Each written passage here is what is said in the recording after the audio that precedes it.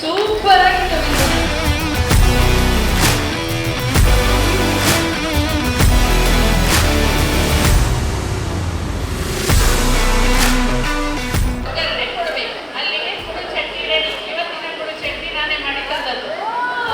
ಅದಕ್ಕೆ ಇಷ್ಟು ಡೀಟೇಲ್ ಆಗಿ ಹೇಳಿರೋದು. ಓಕೆ, ಸ್ಪೆಷಲ್ ಡಿಶಸ್ಗಳ ಹೆಸರುಗಳನ್ನ ಹೇಳ್ಬೇಕು. ಇವ್ರು ಚಿಕನ್ ಸುಕ್ಕ, ಮಟನ್ ಸುಕ್ಕ, mutton sambar, fish sambar.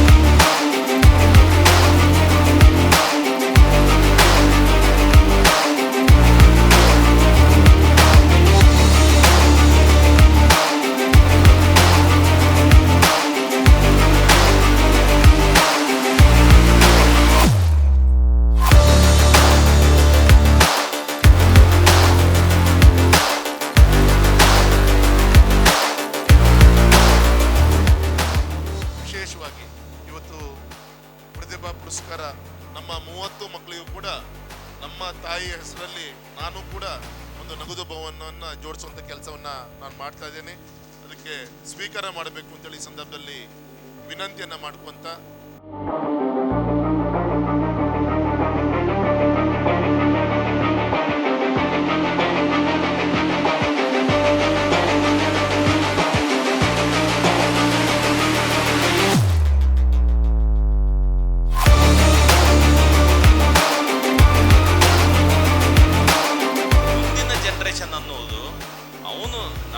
ಸಮಾಜದವ IAS officer ಆಗಬೇಕು, ಡಾಕ್ಟರ್ಗಳಾಗಬೇಕು, CAಗಳಾಗಬೇಕು, ದೊಡ್ಡ ದೊಡ್ಡ ದೇಶದ ದೊಡ್ಡ ದೊಡ್ಡ ಹಂತದಲ್ಲಿ ನಮ್ಮ ಮಕ್ಕಳು ಇರಬೇಕು ಅಂತ ಕನಸು ಕಂಡ್ರೆ ಅದು ಬಹುಶಃ ಆ ಕಾರ್ಯಕ್ರಮದ ಸರಿಯಾದ ಸಾಧನೆ ಅಂತ ಆಗಿರ್ತದೆ ಅಂತ ನೆನಪು ಮಾಡಿಕೊಂಡಿದ್ದೆವು. ಈ ವರ್ಷ ಅಂಥದ್ದೊಂದಷ್ಟು ಸಾಧನೆಗಳನ್ನು ಹೇಳಿದ್ದೀರಿ. ಮತ್ತು ಒಂದು 30-35 ಮಕ್ಕಳಿಗೆ ಸನ್ಮಾನ ಮಾಡೋದನ್ನು ಇಟ್ಟುಕೊಂಡಿದ್ದೀರಿ.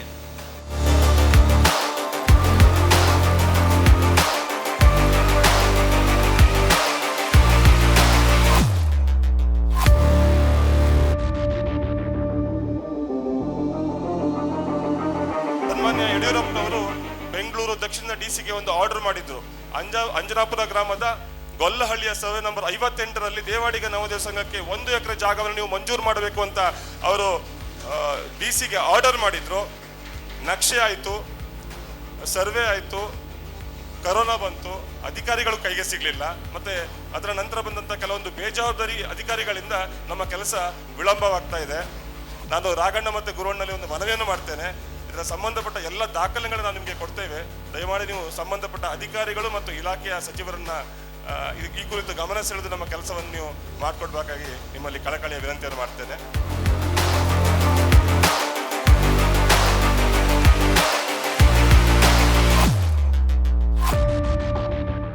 ಈ ಒಂದು ಸಂದರ್ಭದಲ್ಲಿ ಒಂದು ದಿನದ ಆಟಿಯಲ್ಲಿ ನಾವು ಸೇರಿದ್ದೀವಿ. ಅದು ಕೇವಲ ಒಂದು ದಿನಕ್ಕಾಗದೆ ನಮ್ಮ ಹಿರಿಯರು ನಡೆದಂತಹ ದಾರಿಯಲ್ಲಿ ನಾವು ನಿತ್ಯ ನಡೆಯುವಂಥದ್ದಾಗಬೇಕು.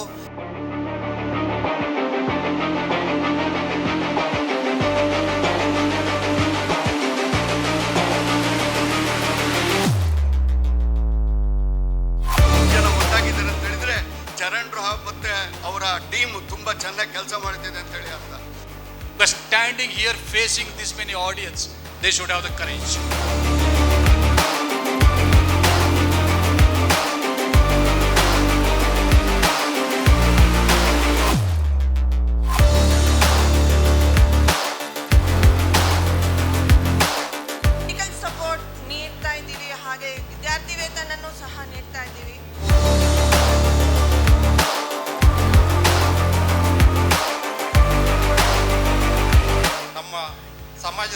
ಎಲ್ಲ ಕ್ಷೇತ್ರದಲ್ಲಿ ಕೂಡ ಮುಂದಿದ್ದಾರೆ.